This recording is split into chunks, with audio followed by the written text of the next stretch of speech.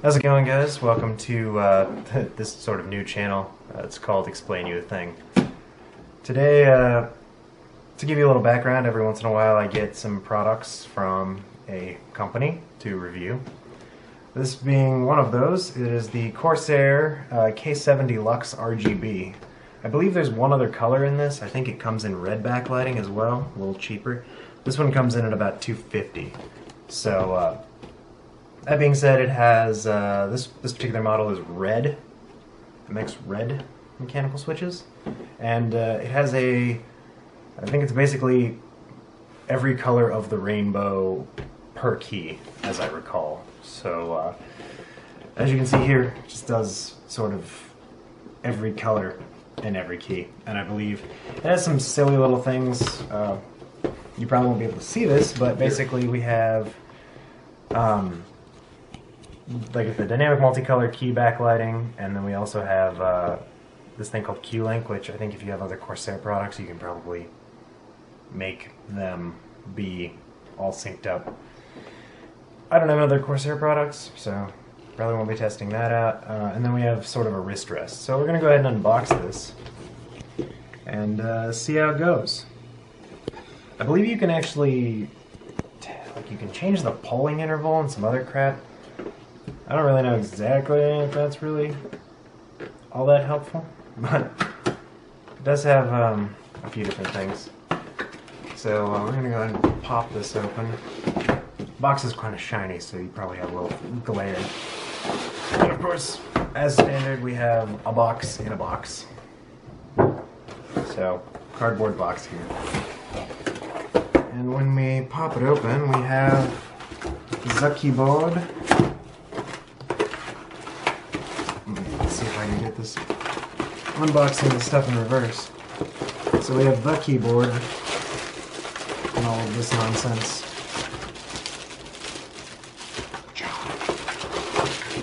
So, thanks, Corsair. Okay, here we go. And a giant, really fat sort of cable here. And then we have a USB pass-through, so there's one USB port on the back. I'll show you that here in a second. And so there's sort of the keyboard. Let me get this little guy off. Yeah. And we have over here on this side we have volume control, mute, sort of a roller for volume up and down. Play, pause, next and back. Just a standard 105 key layout, full number pad. It has this really weird, like, sort of diamond plate spacebar that I'm not really sure I like. And I don't know if you can see it very well, but it's sort of textured. The keys themselves feel okay, but we'll get to that in a minute. It's got this sort of, I don't know what you'd call it, like brushed magnesium look to it, I guess. And then of course we have what looks like a Windows Store button, so I'm going to guess that's probably some sort of silly thing with Windows 10. I don't know. And then we have a backlight turn on and off. On the back, we have this says BIOS mode. I'll have to read into that more and give you guys a little bit of a thing on that. USB pass-through, so you can connect one USB device back there. On the bottom, we have feet. A little rubberized coating on that. We also have some front feet, for whatever reason. So I guess you can sort of, let me put this down here real quick. So you can kind of like,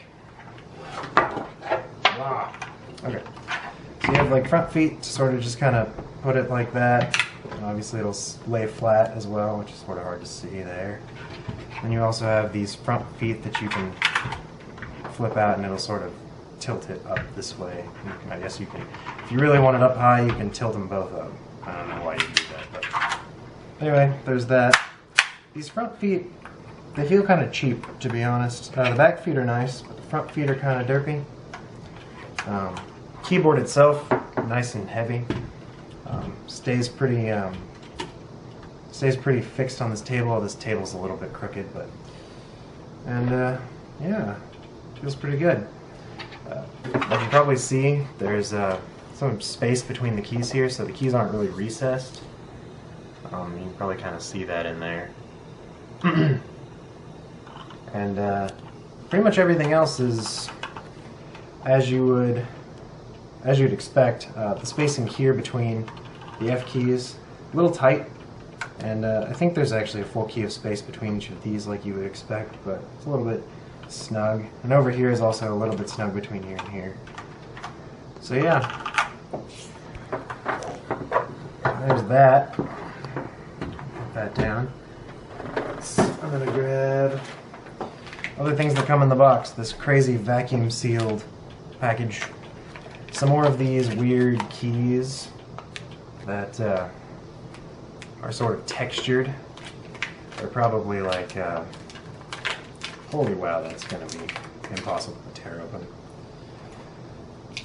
So let's see if I can just punch through that. That is like leather. Good luck with that. You probably want a pair of scissors for this. And you get your key puller. So just a standard key puller for that. And then some keys. They're sort of, they're not really rubberized. They're just kind of, they just have this weird sort of, I don't know, diamond plate texture. It looks like diamond plate steel if you've ever seen that. Same as the space bar here. Just looks like keys for W, A, S, and D that you can modify there. You can't actually, if you care, you can't really actually see the silver lettering on these almost at all. But they do have shine through, so you won't be affecting your RGB crazy color scheme here. And the keys are also cupped, so they're sort of, so this is the A key and the W key, so they're sort of, the W key's kind of ramped up this way and the A key's sort of out to the side. Same with S and D, they're all sort of cupped in that way. And then we have, yeah, more keys actually. We have FD, so you have pretty much this entire QWE, ASD, and ZXC, I believe. Nope, just these actually, and the R and the F. So basically all of these keys on this sort of quadrant. So yeah, that's fun. And then digging through the box, you get a pamphlet that tells you things about stuff in a billion languages. Probably tells you to go to the website and download some drivers. It does, yes. Yeah, and then obviously it talks about this switch on the back here, which is polling rate selector / BIOS mode. Warranty against defects. That's exciting. So there's that. And then another warranty guide, which you won't read because that's just not how people do things. And yeah, I think we have our last thing in the box. Wrist rest, which looks like that, sort of just like perforated. It's not very soft. It doesn't really have any squishiness. It's got sort of that soft touch rubberized plastic to it, but not a lot of, there's not really any padding here. On the back, just two squeezy things. So we can attach that to the keyboard. You would just flip it over and then pop it on. They just sort of slide into place. Actually, stays on there pretty good, sort of flops around. So then you have sort of this.